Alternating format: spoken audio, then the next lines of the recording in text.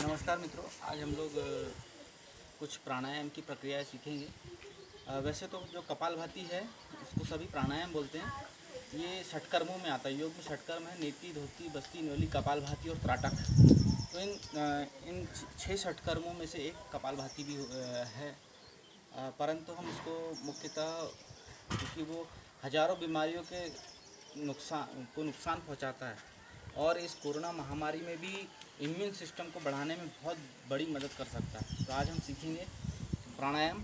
प्राणायाम के 3-4 तरीके हैं। यदि कोई व्यक्ति एकदम स्वस्थ है तो वो बहुत तेज़ गति से कर सकता है प्राणायाम को, लेकिन यदि आप अस्वस्थ हो, हाई ब्लड प्रेशर और अन्य कोई बीमारियां हैं, तो आप धीरे धीरे धीमी गति से कर सकते हैं। ऐसे 2 या 3 प्रकार से आप लोग कर सकते हैं। शुरुआत करेंगे हम लोग भस्त्रिका प्राणायाम से।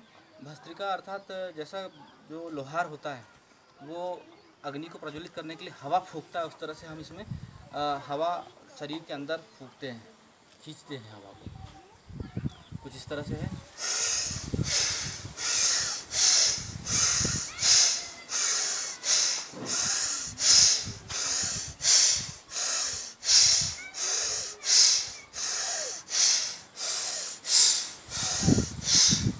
क्योंकि ये बहुत गर्म हीट प्रोवाइड करता है और इस कोरोना महामारी के दौर में भी ये हमें ठंडक को दूर कर सकता है शरीर की। इसलिए तो कम से कम 2 से 5 मिनट तक करें।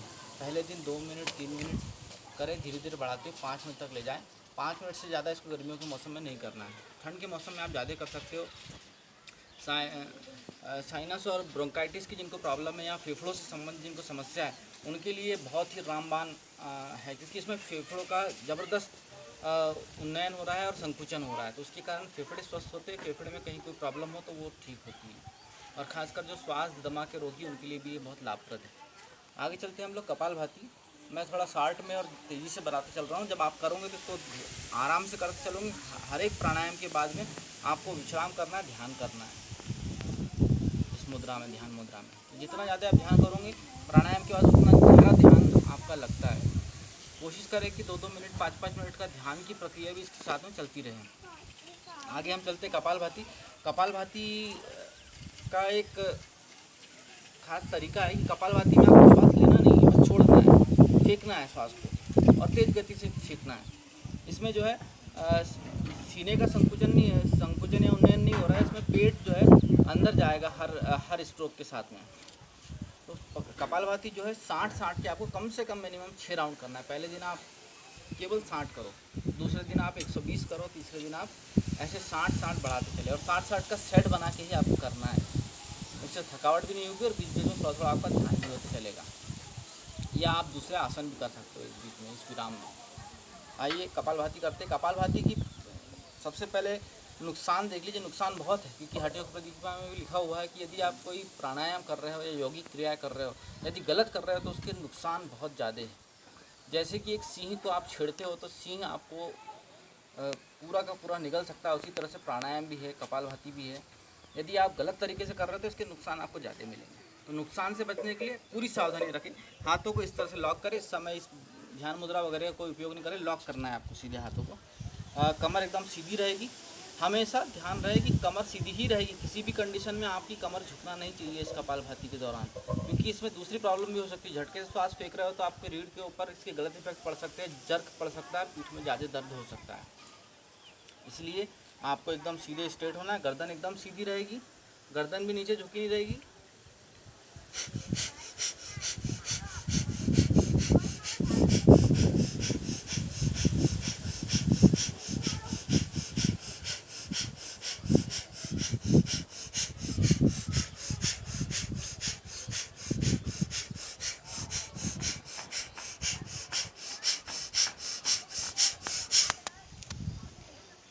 ये आपका 60 का एक राउंड हुआ। इसी तरह से आपको धीरे धीरे विश्राम करते हुए कम से कम 6 राउंड करना है, और उससे ज़्यादा आप जितने कर सको। 6 राउंड में आपके 360 के लगभग कपालभाति हो जाएंगे, 60 के हिसाब से। तो यदि आप इसको और बढ़ाते चलेंगे तो कोशिश करें कि आप 1000 तक जाए। कोई यदि वज़न कम करना चाह रहा है तो उसको 1000 तक ले जा सकता है। इसके कुछ शुरू में परिणाम भी आएंगे। आपकी त्वचा जो है थोड़ी सी ऐसी सूखी सी हो जाती है, तो उसमें आप लोग दही का या फिर कोई कोल्ड क्रीम आप लगा सकते हो। वैसे ज़्यादातर दही को मैं प्रेफरेंस दूंगा। दही लगाने से वो जो है शुष्क त्वचा में जो शुष्कपन आ जाता है वो ठीक हो जाएगा। दूसरा, हल्का सा कमर दर्द आपको महसूस हो सकता है कुछ दिनों तक के, 4-5-6 दिनों तक के, तो ये नॉर्मल लक्षण है। और पेट में भी कुछ जगहों पे जहाँ पे स्ट्रोक पड़ रहा है या कोई अंग आपका रोगग्रस्त है, बीमारी से ग्रस्त है, लीवर वगैरह या पेंक्रियाज वगैरह, तो वो यदि स्वस्थ होगा तो हो सकता है उसमें कुछ थोड़ा सा दर्द आपको महसूस हो। हाँ, इसी अभ्यास क्रम को आप कम से कम 6 बार करना है। मैं आगे चलता हूँ, आपको एक छोटा सा वीडियो में बना रहा हूँ जिससे कि आप सारी प्रक्रियाएं आप सीख जाओ, सावधानियाँ सीख जाओ। कपालभाति जो गलत तरीके से कर रहे हैं वो भी आप देख लीजिए कि कौन सा तरीका गलत हो सकता है। ये तरीका गलत हो सकता है कपालभाति में। आपका शरीर हिल रहा है, हिलना नहीं चाहिए, एकदम स्ट्रेट रहेगा। जब भी आप कपालभाति करेंगे एकदम स्ट्रेट रहेगा, हाथ लॉक रहेंगे। पद्मासन में या सुखासन में, जिस भी आसन पे आप बैठ सको उसमें आप बैठ के इस कपालभाति प्राणायाम को कर सकते हैं। हालांकि इसको प्राणायाम की रेंज में लेते हैं, लेकिन ये षटकर्म है। षटकर्म में से एक है, बहुत ही महत्वपूर्ण यौगिक क्रिया है। एक बार और हम लोग देख लेते हैं कपालभाति।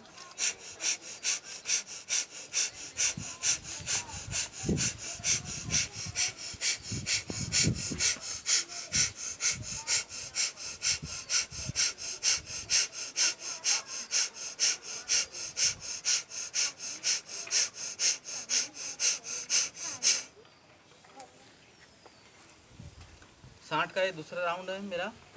आप भी इसको करके विश्राम करेंगे और फिर धीरे धीरे 60 के कम से कम 6 राउंड आपको लगाना है। शुरू दिन आप एक ही राउंड लगाए, दूसरे दिन आप दूसरा राउंड लगाए 60 का, तीसरे दिन तीसरा राउंड लगाए। इस तरह से आप अपनी कपालभाति की संख्या को बढ़ाते चलें, क्योंकि एकदम से करेंगे और ज़्यादा एज है आपकी तो हो सकता है आपको बुखार आ जाए दूसरे दिन। और योग में बुखार में जो है कभी भी योग नहीं करना है, आपको अवॉइड करना है बुखार। जब तक बुखार ना उतर जाए आपका योग आपको नहीं करना है। इस बात का सदैव आपको ध्यान रखना है।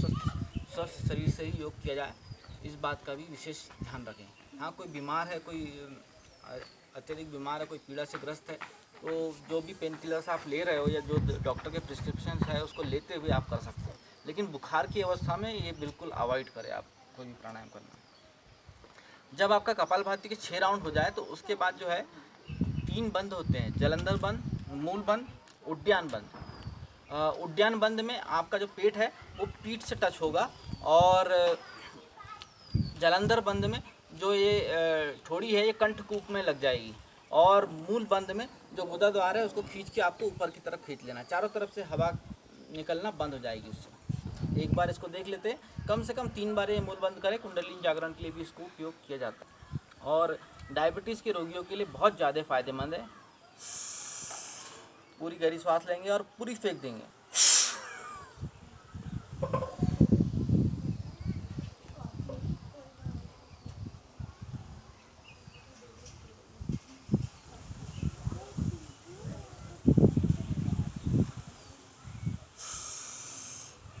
कम से कम 3 बार करें और अधिकतम आप 12 बार तक इसको कर सकते हैं। जब तीनों बंद इकट्ठे लगाते हैं तो इसको हम कहते हैं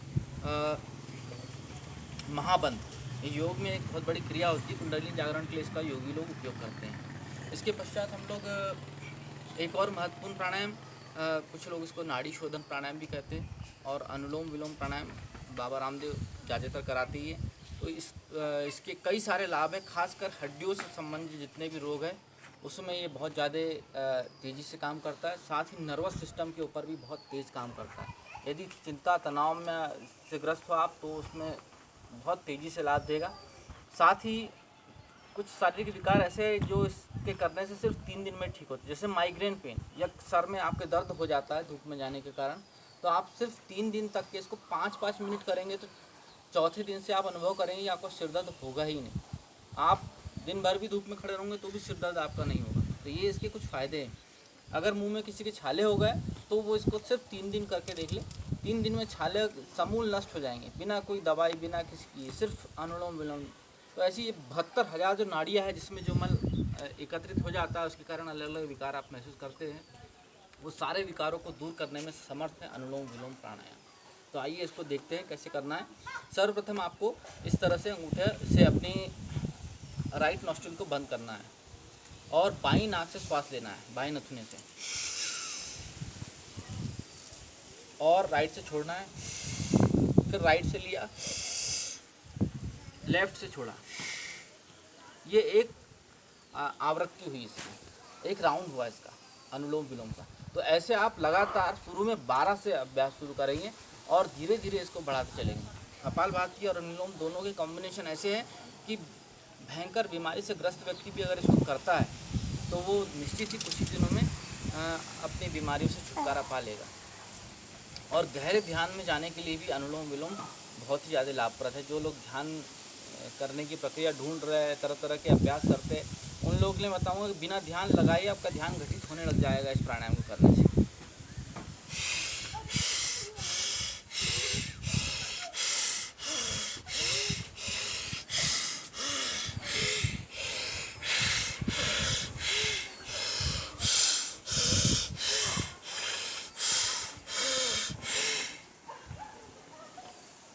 जब लंबे समय तक आप इसको कर लो तो इसके पश्चात एक और महत्वपूर्ण क्रिया है जो आप कर सकते हो, लाभान्वित हो सकते हो, अग्निसार की क्रिया। खासकर जो लोग डायबिटीज़ के पेशेंट हैं, डायबिटीज़ वालों के ऊपर इतना तेज़ी से काम करती है अग्निसार की क्रिया। और जिन लोगों की जठराग्नि बहुत मंद है, भूख कम लगती है, तो वो लोग जो है इस यौगिक क्रिया को करके बहुत ज़्यादा लाभान्वित हो सकते हैं। मात्र 20 से 25 बार करना है और इसको करने में लगेगा आपका समय आधा मिनट से भी कम समय लगेगा। इसको देख लीजिए किस तरह से करना है। पेट की स्थिति मेरी आप देख लीजिएगा कि किस तरह से मैं कर रहा हूँ। इसमें आप पूरी श्वास बाहर फेंक देंगे और पेट को पीठ से लगाने का प्रयास करेंगे।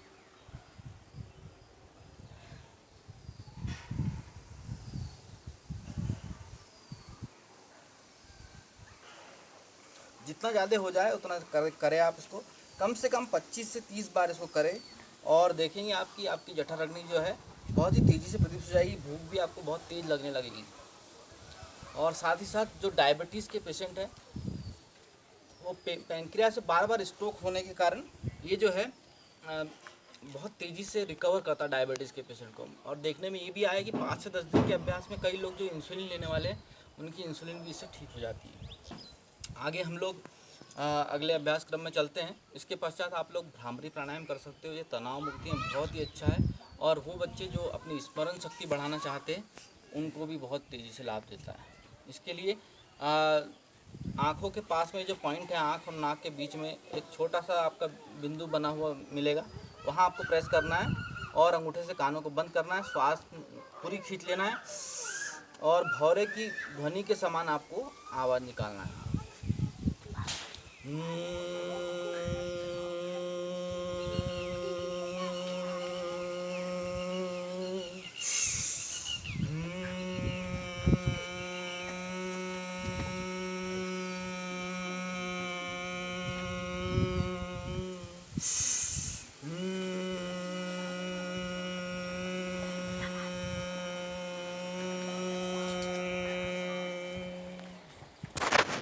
इस प्राणायाम में पूरी गहरी श्वास आप लेंगे और पूरी जितनी आपके इसमें श्वास है उतनी पूरी आप निकालेंगे। और इसके पश्चात जो है आप लोग एक और अभ्यास कर सकते हो, उज्जाई प्राणायाम। उज्जाई प्राणायाम आपने भ्रामरी देखा, भ्रामरी में बस आपको भौरे के समान गुंजार होना चाहिए मस्तिष्क में। इसके बाद में जो है आप लोग भ्रामरी प्राणायाम, उज्जाई प्राणायाम कर सकते हो। उज्जाई प्राणायाम थायराइड ग्लैंड को स्वस्थ करता है और थायराइड ग्लैंड के कई सारे जो बीमारियां हैं थायराइड ग्लैंड के असंतुलन के कारण होती है। खासकर जो मोटापा है या जो लोग बहुत दुबले होते हैं उन लोगों को थायराइड ग्लैंड के कारण प्रॉब्लम होती है। तो इसको ठीक करने के लिए बहुत ही अच्छा उज्जाई प्राणायाम करना यह है कि गले को सिकोड़ के ओमकार की ध्वनि से आपको श्वास खींचना है और बाईं नाक से श्वास को छोड़ना है। देखते हैं।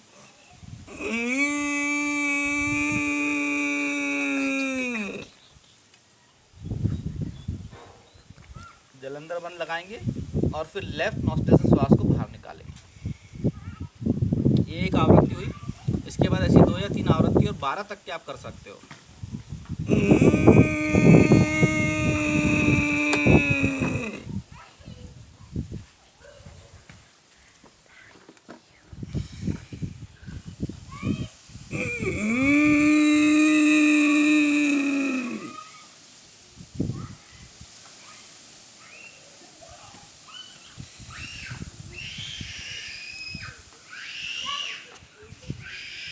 सिंहासन के समान इसमें भी गले का आपको करना है। और अब आगे चलते हैं। इसके बाद में सिर्फ उद्गीत प्राणायाम से समाप्त करेंगे योग के अभ्यास को, और फिर आप इसको लंबे समय तक घर में बैठ के आराम से कर सकते हो। पूरी श्वास गहरी लेंगे और ओंकार का उच्चारण करेंगे। ओम।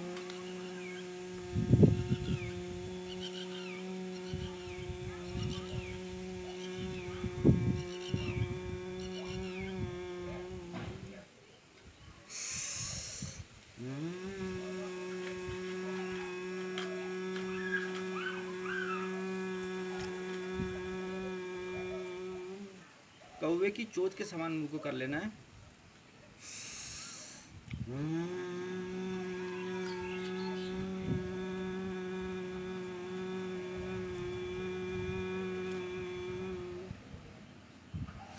पूर्ण अभ्यास के बाद में दोनों हाथों को आपस में मलेंगे। चेहरे पर लगाएंगे, कमर के ऊपर के हिस्से में।